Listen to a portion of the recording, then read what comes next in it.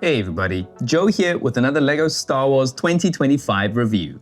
This is LEGO set number 75406, Kylo Ren's Command Shuttle. This Star Wars Midi-Scale set is made up of 386 pieces and measures over 26 centimeters high, 13 centimeters long, and 44 centimeters wide, and it is rated for ages 18 and up. This is the latest entry into the growing LEGO Star Wars Starship collection, and the first set of this range based on a ship from the sequel trilogy. So let's take a closer look.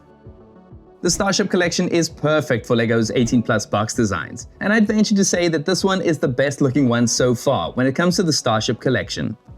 I love that red glow behind the ship, which is perfect for a Sith, and the shot of the ship really draws attention to the ship's unique wingspan.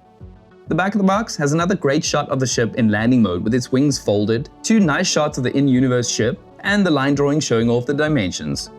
But opening up the box reveals only 3 large numbered bags and an instruction booklet that has a nice introduction from the creative lead of LEGO Star Wars, along with some in-universe shots of the ship, as well as some more info about the Command Shuttle with accompanying images. The build took me just about 40 minutes to complete, which felt very quick. We start off by building the body of the shuttle along the display stand, and while I expected mostly black bricks, I was disappointed to see that a colorful pink or green brick wasn't snuck in there. What we do get are these tiny versions of Kylo Ren and General Hux, as pointed out by the only factoid in the booklet. I have to admit that it's a very straightforward build that doesn't really offer anything exciting, save for maybe the engines at the back. And bag 1 also includes the display stand that offers some nice studs not on top building, but it is the same as all the other midi-scale starships, which is a good thing, but not that exciting. Bag 2 is dedicated to one of the wings and consists of lots of large plates and wedge pieces that are layered on top of each other. It's impressive to see how big the wing actually is, and it feels like it just keeps going and going. Unfortunately, that quickly wears off in bag 3, where you build the exact same wing, but mirrored. This is understandable, of course, but it did make the building process feel very monotonous and brief. But once you are done building, you should end up with these extra pieces. Now, onto the set. So let's just get it out of the way at the top. The retail price for this set is ridiculous, and the only thing I was thinking was, what have I done? But after letting it sit for a while, I did start to appreciate the display presence the set has for such a low piece count. And it's all thanks to the large parts used for the wings.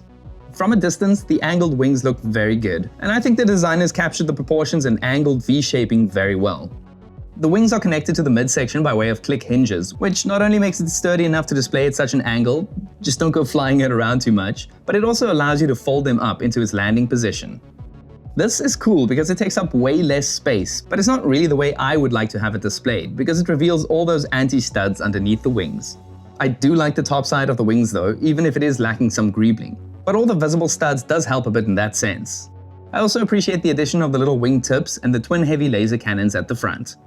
Generally, I think the body of the shuttle was done well considering the limitations of the scale.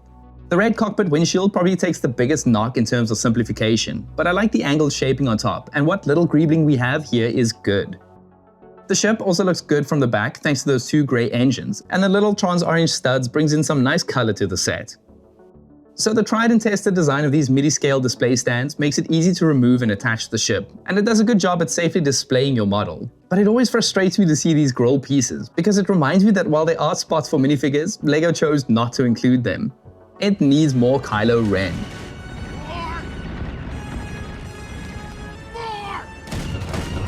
The stand also comes with this nice printed nameplate, but I'll never understand why these hinged pieces are grey instead of black, because it really messes with the otherwise all black sleek display stand. I think it's really sad that after the long absence of sets based on the sequel trilogy, it has returned with the same issue that I feel started with the sequel trilogy sets, and that's value, or lack thereof. I don't have a problem with the piece count, and I don't really have issues with the design. I love the ship and I'm happy to have it as part of my collection, but the cost is just unjustifiable, which kind of feels like the norm nowadays. I also don't mind the lack of figure too much, but if you're going to give us so little for this price, a little emo Sith Lord would go a very long way. Honestly, I really feel sorry for the LEGO Star Wars designers, because it puts mostly well-designed sets like this under so much unwanted scrutiny. Sadly, I cannot recommend this set, and I would encourage everyone to just vote with their wallets on this one. Anyways, let me know what you think of this set, and please consider liking and subscribing to the channel if you like this review and what we do. And as always, thanks for watching.